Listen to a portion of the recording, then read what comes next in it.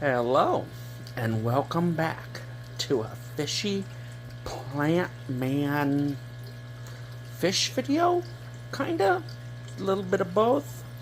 I'm looking at the fish, and I need to get the background on here. But I need to find it or buy a new one of the two. Anyway, and then all the fish leave the screen. I guess we'll look at plants because fish are hard to chase around. Anyway, the main update you might have noticed. Yeah, that is a different light. That is my expensive Fluval 3.0 that I was going to do a higher tech aquarium over on the 75. I nixed that project. Just not enough time to do everything we would like sometimes. And yeah, recently I decided to bring it over here. Why? Well, mostly... Okay, interesting. Mostly it's that plant there. Yeah. The fish are starting to beat it up a little bit. And I said if they want to eat it, that's fine. But I thought I would try to give it as good of a chance as I could. And that's where this light comes in. I can change its settings. It's a Fluval 3.0 light. You know, it's got its own timer. I can set everything. And that's what I decided to do. I brought it over from the 75. Took it back to the original settings that I originally put it on. You know, for my, what's the word I'm looking at? Mid-light aquarium plants. The Java Fern is a low-light plant. Yeah, so that's, it's kind of hard to decide. For me, anything below like 25% of this thing's power is pointless. So if you look at it like that, the 30-ish% where the light is would be the bottom of low light. But if you put it at 0 or like 1%, you know, being the bottom of low light, then it would be, you know, going into mid-light, really. Like the top of low light and the bottom of mid-light. So I'm not quite sure where I want to make that distinction. Probably more mid-light. So I'm hoping this plant will do a little bit better under slightly stronger light. But the problem with the 75 was I was growing too much algae and didn't have the time to fight it like once a day. 20 minutes every day or something to fight the algae. So we're going back to the original setting, which did seem to affect the low light Java Fern that was in that tank as well. It seemed to love it on the original. Nothing else liked it. But it seemed to love it, if I remember right, on the original setting. So that's kind of what I brought it back to.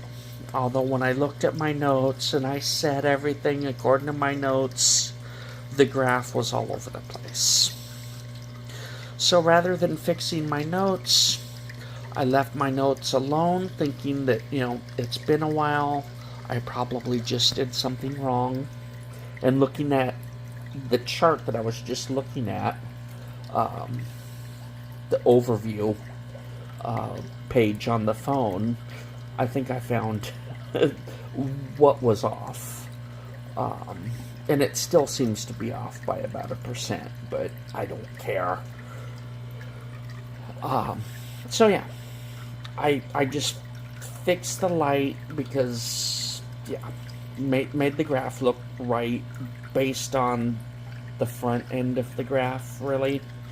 But if I'm not showing the graph, then that makes sense to talk about. But basically, yeah, I put on the Fluval 3.0 for that plant in particular, so hopefully it can grow fast enough to deal with a little bit of bullying from the fish. We'll see. And it's set. I might share the setting on Fluval's. If I remember right, there's a section where you can share your favorite settings to other users of the app. And probably, share it there under, Fishy Plant Man light setting or something. Because really, if you don't have one, then there's not much point in knowing the settings. And if you do have the light, and I share it there, then you can just go get the settings directly and port it to your light and not have to do like what I had to do with the notes. So I'm thinking about sharing it there.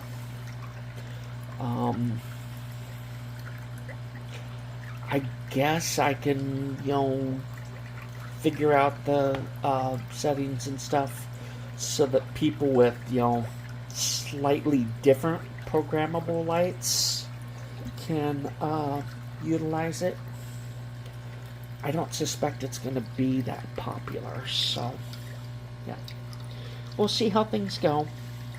I guess that will kind of be the new plant of honor. And that is that. The Phalaenopsis needs water. I think it will be about the third watering of the day. But it seems to be doing better. Yeah, with multiple waterings. I have got this pike. Well, pike is a fish, right? Yeah. But anyway, I got this spike to stop dying back. That's, I think, the multiple waterings a day. This one isn't really progressing, but it hasn't really decided that it's going to make that line and stop either. So, yeah, we'll just keep at it. Feeding it like it's a baby bird. Another one of the things I've done in my life is raise birds by hand. The keikie's doing well. Growing like a keiki. This one just kind of at a standstill. I think it's a keiki too. Oh, terrible shot. There we go. I think that's a keiki too.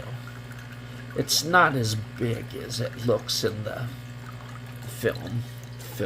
There's no film. But yeah, it's doing well. Like I said, it seems to be doing better.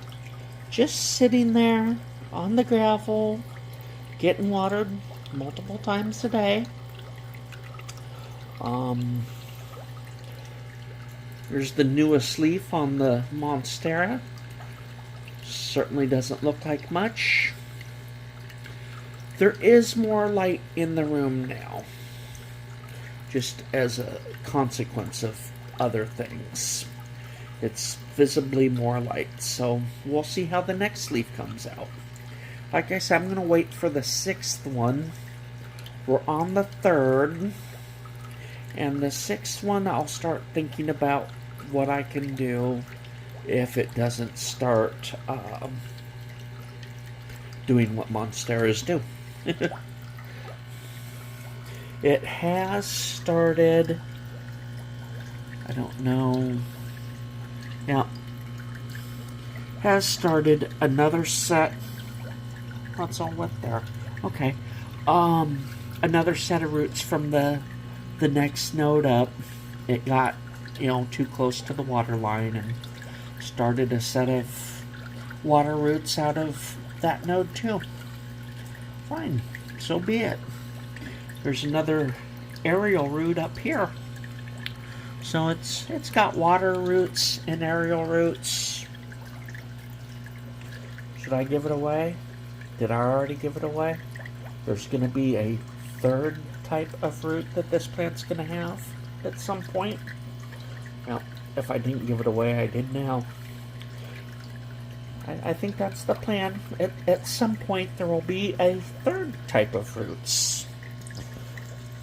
And yeah, you probably know what the third type of roots would be. This thing's doing well. It's got to get a little bit longer. I bent it over to see if it was long enough to start training, I guess I'll say. And not quite. It needs another maybe 2 leaves. Okay. Talk to you next time.